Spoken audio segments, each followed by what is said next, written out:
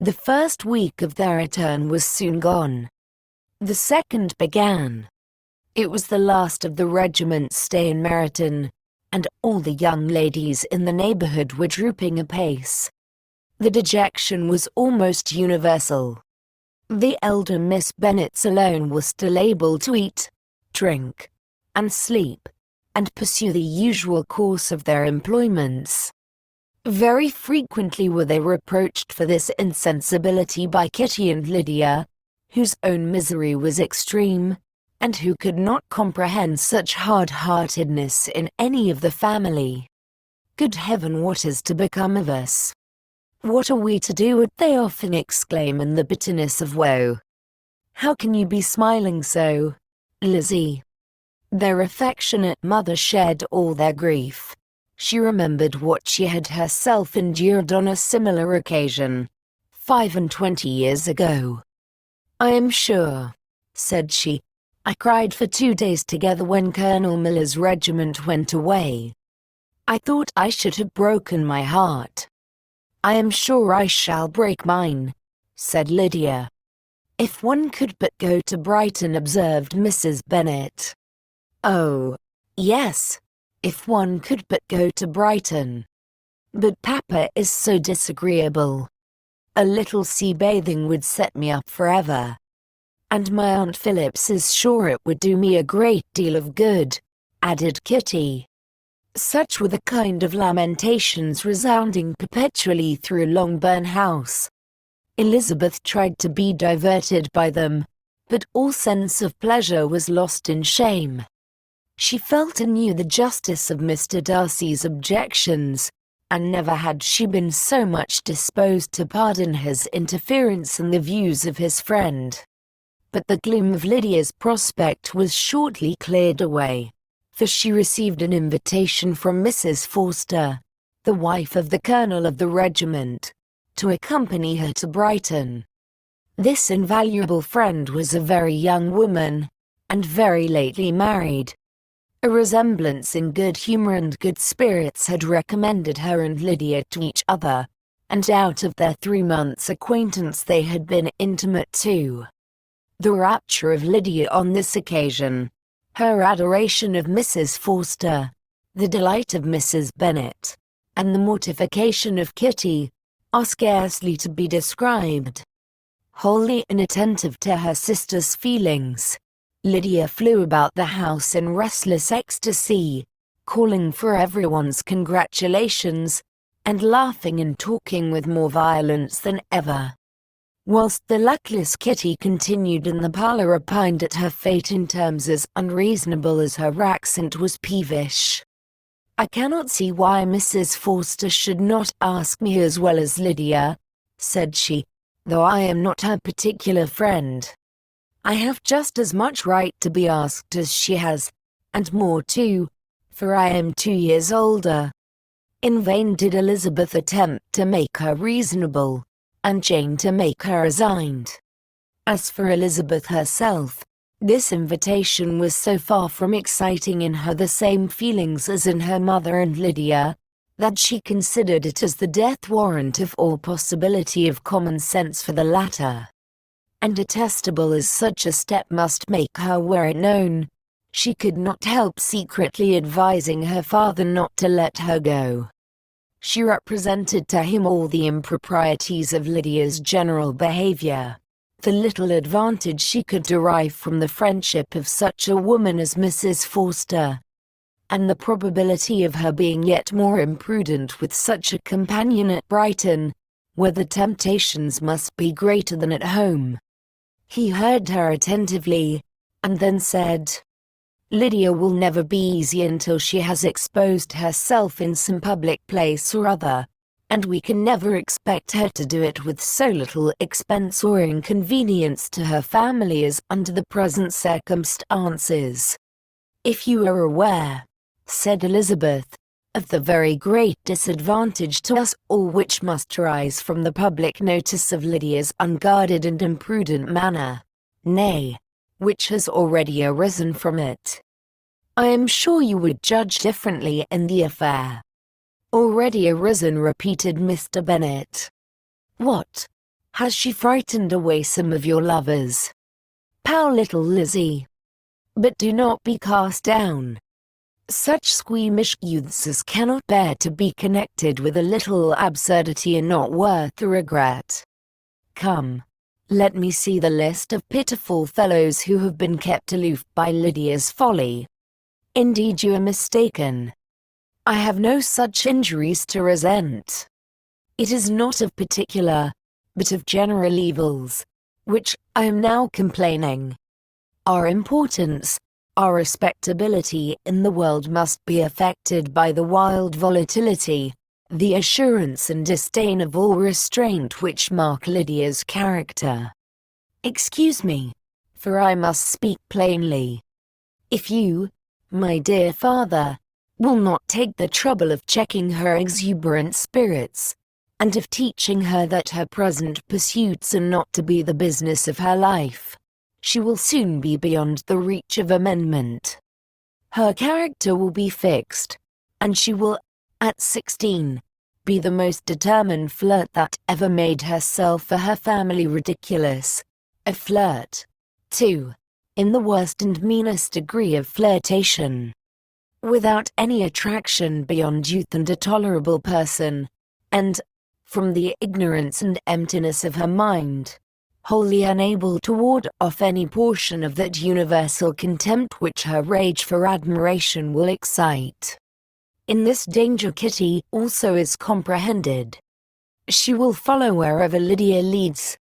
Vain, ignorant, idle, and absolutely uncontrolled. Oh, my dear father, can you suppose it possible that they will not be censured and despised wherever they are known, and that their sisters will not be often involved in the disgrace? Mr. Bennet saw that her whole heart was in the subject, and affectionately taking her hand said in reply, "Do not make yourself uneasy, my love. Wherever you and Jane are known you must be respected and valued, and you will not appear to less advantage for having a couple of, or I may say, 3, very silly sisters. We shall have no peace at Longbourn if Lydia does not go to Brighton. Let her go, then. Colonel Forster is a sensible man, and will keep her out of any real mischief, and she is luckily too poor to be an object of prey to anybody. At Brighton she will be of less importance even as a common flirt than she has been here. The officers will find women better worth their notice. Let us hope, therefore, that her being there may teach her her own insignificance. At any rate, she cannot grow many degrees worse, without authorizing us to lock her up for the rest of her life." With this answer Elizabeth was forced to be content, but her own opinion continued the same, and she left him disappointed and sorry. It was not in her nature, however, to increase her vexations by dwelling on them. She was confident of having performed her duty, and to fret over unavoidable evils, or augment them by anxiety, was no part of her disposition. Had Lydia and her mother known the substance of her conference with her father, their indignation would hardly have found expression in their united volubility. In Lydia's imagination, a visit to Brighton comprised every possibility of earthly happiness. She saw, with the creative eye of fancy, the streets of that gay bathing place covered with officers. She saw herself the object of attention, to tens and to scores of them at present unknown. She saw all the glories of the camp, its tents stretched forth in beauteous uniformity of lines, crowded with the young and the gay, and dazzling with scarlet, and, to complete the view, she saw herself seated beneath a tent, tenderly flirting with at least 6 officers at once. Had she known her sister sought to tear her from such prospects and such realities as these, what would have been her sensations? They could have been understood only by her mother, who might have felt nearly the same. Lydia's going to Brighton was all that consoled her for her melancholy conviction of her husband's never intending to go there himself. But they were entirely ignorant of what had passed, and their raptures continued, with little intermission, to the very day of Lydia's leaving home. Elizabeth was now to see Mr. Wickham for the last time. Having been frequently in company with him since her return, agitation was pretty well over, the agitations of former partiality entirely so. She had even learnt to detect, in the very gentleness which had first delighted her, an affectation and a sameness to disgust and weary. In his present behaviour to herself, moreover, she had a fresh source of displeasure, for the inclination he soon testified of renewing those intentions which had marked the early part of their acquaintance could only serve, after what had since passed, to provoke her. She lost all concern for him in finding herself thus selected as the object of such idle and frivolous gallantry, and while she steadily repressed it, could not but feel the reproof contained in his believing, that however long, and for whatever cause, his attentions had been withdrawn, her vanity would be gratified, and her preference secured at any time by their renewal. On the very last day of the regiment's remaining at Meryton, he dined, with other of the officers, at Longbourn, and so little was Elizabeth disposed to part from him in good humour, that on his making some inquiry as to the manner in which her time had passed at Hunsford, she mentioned Colonel Fitzwilliam's and Mr. Darcy's having both spent 3 weeks at Rosings, and asked him if he was acquainted with the former. He looked surprised, displeased, alarmed, but with a moment's recollection and a returning smile, replied that he had formerly seen him often, and, after observing that he was a very gentlemanlike man, asked her how she had liked him. Her answer was warmly in his favour. With an air of indifference he soon afterwards added, "How long did you say he was at Rosings?" "Nearly 3 weeks."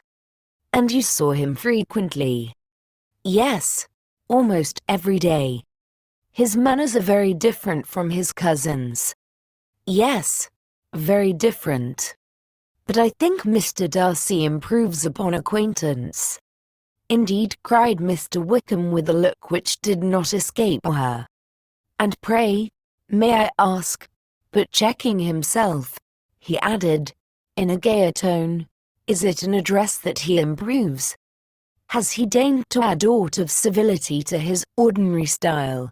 For I dare not hope," he continued in a lower and more serious tone, "that he is improved in essentials." "Oh, no," said Elizabeth. "In essentials, I believe, he is very much what he ever was." While she spoke, Wickham looked as if scarcely knowing whether to rejoice over her words, or to distrust their meaning. There was a something in her countenance which made him listen with an apprehensive and anxious attention, while she added, "When I said that he improved on acquaintance, I did not mean that his mind or his manners were in a state of improvement, but that, from knowing him better, his disposition was better understood." Wickham's alarm now appeared in a heightened complexion and agitated look. For a few minutes he was silent, till, shaking off his embarrassment, he turned to her again, and said in the gentlest of accents, "You, who so well know my feeling towards Mr. Darcy, will readily comprehend how sincerely I must rejoice that he is wise enough to assume even the appearance of what is right. His pride, in that direction, may be of service, if not to himself, to many others, for it must only deter him from such foul misconduct as I have suffered by. I only fear that the sort of cautiousness to which you, I imagine, have been alluding, is merely adopted on his visits to his aunt, of whose good opinion and judgment he stands much in awe. His fear of her has always operated, I know, when they were together, and a good deal is to be imputed to his wish of forwarding the match with Mr. Borg, which I am certain he has very much at heart.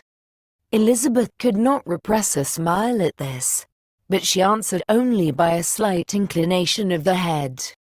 She saw that he wanted to engage her on the old subject of his grievances, and she was in no humor to indulge him. The rest of the evening passed with the appearance, on his side, of usual cheerfulness, but with no further attempt to distinguish Elizabeth, and they parted at last with mutual civility, and possibly a mutual desire of never meeting again. When the party broke up, Lydia returned with Mrs. Forster to Meryton, from whence they were to set out early the next morning. The separation between her and her family was rather noisy than pathetic. Kitty was the only one who shed tears, but she did weep from vexation and envy. Mrs. Bennet was diffuse in her good wishes for the felicity of her daughter, and impressive in her injunctions that she should not miss the opportunity of enjoying herself as much as possible, advice which there was every reason to believe would be well attended to. And in the clamorous happiness of Lydia herself in bidding farewell, the more gentle adieus of her sisters were uttered without being heard.